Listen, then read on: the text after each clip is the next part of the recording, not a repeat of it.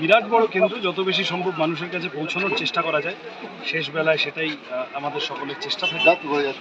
এবং আমি শিওর যাদবপুরের মানুষের গত 2.5 মাস ধরে ঘুরে যা মুখ দেখেছি, তারা তৃণমূল, বিজেপি, তোলাবাজি, দাঙ্গাবাজি থেকে নিষ্কৃতি চাইছেন।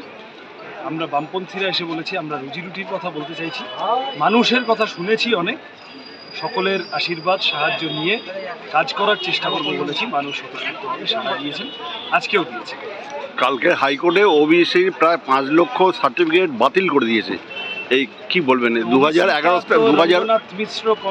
রঙ্গনাথ মিশ্র কমিশনের সুপারিশ অনুযায়ী বামফ্রন্ট সরকার ওবিসি গোটা দেশের মধ্যে প্রথম এই সংরক্ষণ ইত্যাদি ব্যবস্থা করে।